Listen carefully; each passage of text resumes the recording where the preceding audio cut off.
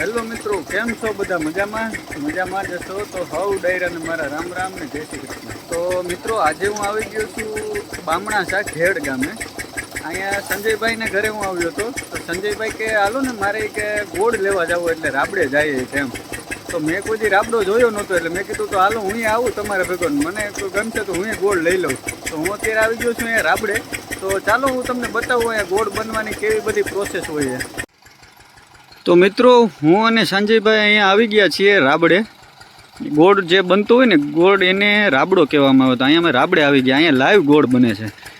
આ બધું છે એ શેરડીનું પિલાણ થઈ ગયેલા જે સૂતા કહીએ ને આપણી ભાષામાં, એ સૂતા છે.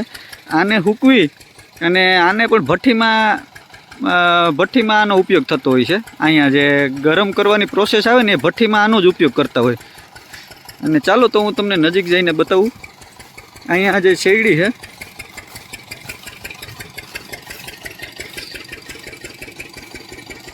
આ શેરડી છે, એને શેરડીને આમાં શીશોડામાં નાખવાની, જે પિલાણ કરે ટૂંકમાં શેરડીનો રસ કાઢે.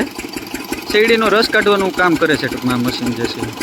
તો જો મિત્રો, મેં તમને વાત કરીને એ પ્રમાણે આ જે સોતા છે ને એનો અહીંયા ભઠ્ઠીમાં ઉપયોગ થાય છે. આ બેન જે છે ને એ જો સોતા અંદર ભઠ્ઠીમાં નાખી રહ્યા છે આ પ્રમાણે.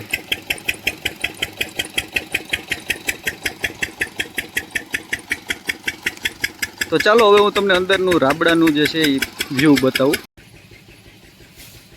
આ શેરડીનો રસ નીકળે ટૂંકમાં શીશોડા જેવું કામકાજ થાય છે. આવી રીતનો મોટો શીશોડો હોય, આપણી ભાષામાં શીશોડો એમ. એનો રસ નીકળી અને અહીંયા આવે છે.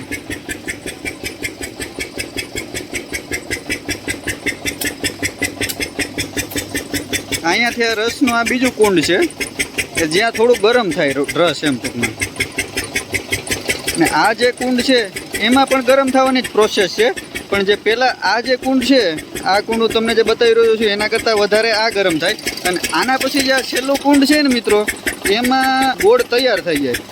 અહીંયા એટલો ગરમ કરવામાં આવે કે ગોળ તૈયાર થાય ને ત્યાં સુધી અહીં ગરમ કરવામાં આવે. અને આ ગરમ થઈ જાય પછી જો આ પેલું જે દેખાય છે ને અત્યારે ધોવાડો, જો આ દેખાય આમાં ગોળ જાતો હોય. તો મિત્રો, આ અત્યારે ગોળ છે ને તૈયાર થઈ ગયો છે. આ ભાઈ જે નાખે છે ને એ ગોળ તૈયાર થઈ ગયો પછી હવે આમ મોકલે છે ટૂંકમાં.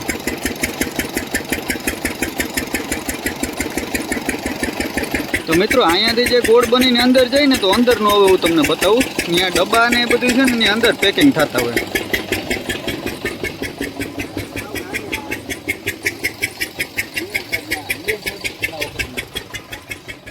અહીંયા ગોળના ડબ્બા તૈયાર થઈને પેકિંગ થઈ ગયા છે.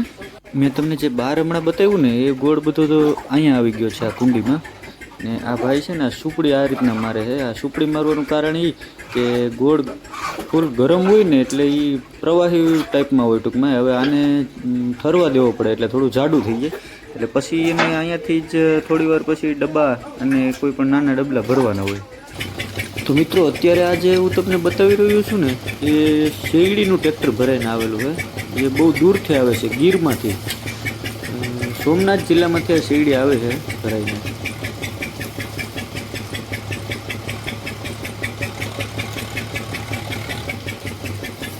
એ પાછું પડ્યું. હા, રાઈટ.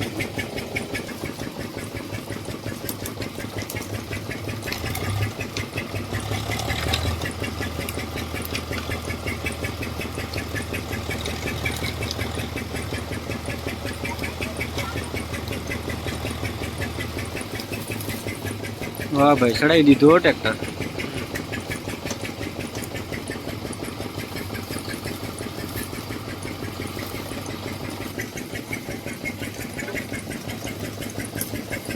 તો ચાલો મિત્રો, હવે હું તમને આ રાબડાના ઓનર છે એની સાથે તમને હું વાત કરાવું. તમારું શું નામ છે ભાઈ? કરશનભાઈ. કરશનભાઈ, તમારે આ રાબડો કેટલા ટાઈમથી હાલે? 12 વર્ષ થઈ ગયા એમ ને? શેરડી તમે જ લઈને આવ્યા હમણાં? એ ક્યાંથી ભરીને આવો તમે? પ્રાંચીથી. કેટલો ટાઈમ એ શેરડી છે એ પતી જાય, પૂરી થઈ જાય? કલાકની ટર્નની એવરેજ હોય. 8 કલાક હાલે એટલે સાંજે 8 કલાક. અને આ તમે આ ડબલા જે તૈયાર કરો આ ગોળના એ કેટલા કિલોમાં હોય? 7 કિલોનું, 7 કિલોનું અને 10 કિલોનું. અને ડબ્બામાં તો વધારે માતો હોય છે ને? હા, 24-25. 24-25 કિલો. હા, એની ડબ્બાની શું કિંમત છે? ડબ્બાના 1500. 1500 રૂપિયા. અને આ તમે દુકાનમાં આપો કે તમે અહીંથી ઘર ઘરાવ જ મોકલો? નાના ઘર કરો. ઓર્ડર પ્રમાણે ટૂંકમાં ઘર ઘરાવ જેમ જોઈએ એ પ્રમાણે બનાવી દો એમ ને? સરસ, લ્યો. હા 8-10 દિવસનું વેઇટિંગ હોય એમ ને? હા, તો કોઈને પણ અહીંયાથી આપણે જોતો હોય તમારી આગળથી તો લાઈવ મળી શકે ગોળ? એકાદ ડબલું કે જોતું હોય તો કોઈ આવે તો મળી શકે ને? હા, સરસ. ફોન કરીને ટૂંકમાં આવવાનું એમ ને?